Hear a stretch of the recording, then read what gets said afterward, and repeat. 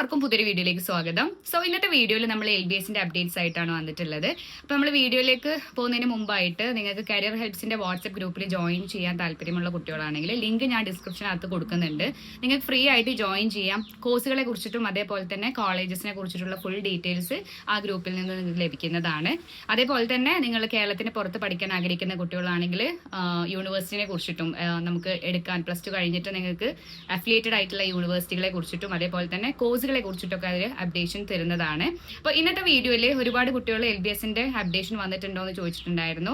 നമുക്ക് കറന്റ് ഇപ്പോൾ LBSന്റെ അപ്ഡേഷൻ ഒന്നും വന്നിട്ടില്ല. +2ന്റെ റിസൾട്ട് വന്നതിന് ശേഷമാണ് അതിന്റെ അപ്ലിക്കേഷൻ എല്ലാം വിളിക്കുന്നത്. അപ്പോൾ നിങ്ങൾ ചെയ്യേണ്ടത്, ഞാൻ ഇതിന് മുമ്പ് വീഡിയോ ചെയ്തിട്ടുണ്ട്, സർട്ടിഫിക്കറ്റ്സ് നിങ്ങൾ LBSൽ അപ്ലൈ ചെയ്യുമ്പോൾ ഏതെല്ലാം സർട്ടിഫിക്കറ്റ്സ് ആണ് കൊടുക്കേണ്ടത് എന്നുള്ളതിനെ കുറിച്ചിട്ടൊക്കെ ഡീറ്റെയിൽ ആയിട്ട് പറഞ്ഞിട്ടുണ്ട്. സോ ആ സർട്ടിഫിക്കറ്റ്സ് എല്ലാം നിങ്ങൾ പ്രിപ്പയർ ചെയ്ത് വെക്കുക. അതേപോലെ തന്നെ റിസർവേഷൻ കാറ്റഗറിയിലുള്ള കുട്ടികളാണെങ്കിൽ റിസർവേഷൻ ഏത് കാസ്റ്റിൽ പെട്ട കുട്ടികളാണോ അതിനനുസരിച്ചുള്ള റിസർവേഷൻ സർട്ടിഫിക്കറ്റ്സിനെ കുറിച്ചിട്ടൊക്കെ ഡീറ്റെയിൽ ആയിട്ട് വീഡിയോയിൽ പറഞ്ഞിട്ടുണ്ട്. ഞാൻ ആ വീഡിയോന്റെ ലിങ്കും ഡിസ്ക്രിപ്ഷനകത്ത് കൊടുക്കുന്നുണ്ട്. സോ നിങ്ങൾ ഇപ്പോൾ ചെയ്യേണ്ടത്, നിങ്ങൾ സർട്ടിഫിക്കറ്റ്സ് തയ്യാറാക്കി വെക്കുക.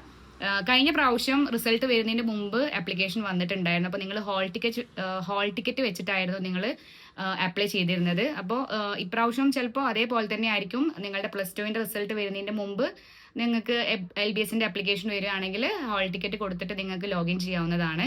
ഇനി അതല്ല, +2ന്റെ റിസൾട്ട് വന്നതിന് ശേഷമാണെങ്കിൽ നിങ്ങൾക്ക് സർട്ടിഫിക്കറ്റ് വെച്ച് തന്നെ നിങ്ങൾക്ക് അപ്ലൈ ചെയ്ത് തുടങ്ങാം. അപ്പോൾ കഴിഞ്ഞ വർഷമൊക്കെ LBSന്റെ ആപ്ലിക്കേഷൻ പൊതുവെ കേരളത്തിലുള്ള നഴ്സിംഗ് അതേപോലെ പാരാമെഡിക്കലിന്റെ ആപ്ലിക്കേഷനൊക്കെ പൊതുവെ ഡിലേ ആണ് വരാറ്. നമുക്ക് പുറത്ത് നോക്കുകയാണ്, ഇപ്പോൾ തമിഴ്നാട് കർണാടക നോക്കുകയാണെങ്കിൽ നമ്മളെ കേരളത്തിന്റെ മുമ്പ് തന്നെ അവിടെ അഡ്മിഷൻസും അതിൻ്റെ എല്ലാ പ്രൊസീജിയേഴ്സും ക്ലാസ്സുകളൊക്കെ സ്റ്റാർട്ട് ചെയ്യുന്ന ഒരു കണ്ടീഷൻ ഉണ്ട്. അപ്പോൾ പൊതുവെ നമ്മൾ കേരളത്തിലുള്ള അഡ്മിഷൻ കുറച്ച് ഡിലേ ആണ്. ഈ വർഷവും നമ്മൾ ആ ഒരു ഡിലേ പ്രതീക്ഷിക്കുന്നുണ്ട്. കഴിഞ്ഞ വർഷത്തെ 2025ന്റെ അഡ്മിഷൻ പ്രൊസീജിയർ ഫുള്ള് കംപ്ലീറ്റ് ആയത് ഈ ഒരു വർഷം ഫെബ്രുവരിയിലാണ്.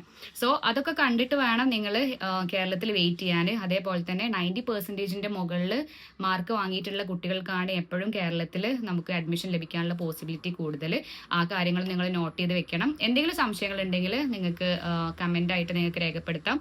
അതേപോലെ തന്നെ കരിയർ ഹെൽപ്സിന്റെ വാട്സ്ആപ്പ് ഗ്രൂപ്പിൽ നിങ്ങൾ ജോയിൻ ചെയ്യുകയാണെങ്കിൽ ഈ ഇൻഫോർമേഷൻ നിങ്ങൾക്ക് പേഴ്സണലി കോൺടാക്ട് ചെയ്യണമെന്നൊക്കെ ഉണ്ടെങ്കിൽ നിങ്ങൾ വാട്സ്ആപ്പ് ഗ്രൂപ്പിൽ മെസ്സേജ് അയയ്ക്കുക. അതിനുള്ള റിപ്ലൈ നമ്മൾ നൽകുന്നതാണ്. അപ്പോൾ മറ്റൊരു അപ്ഡേറ്റ്സ് ആയിട്ട് നമുക്ക് വീണ്ടും കാണാം. Take care.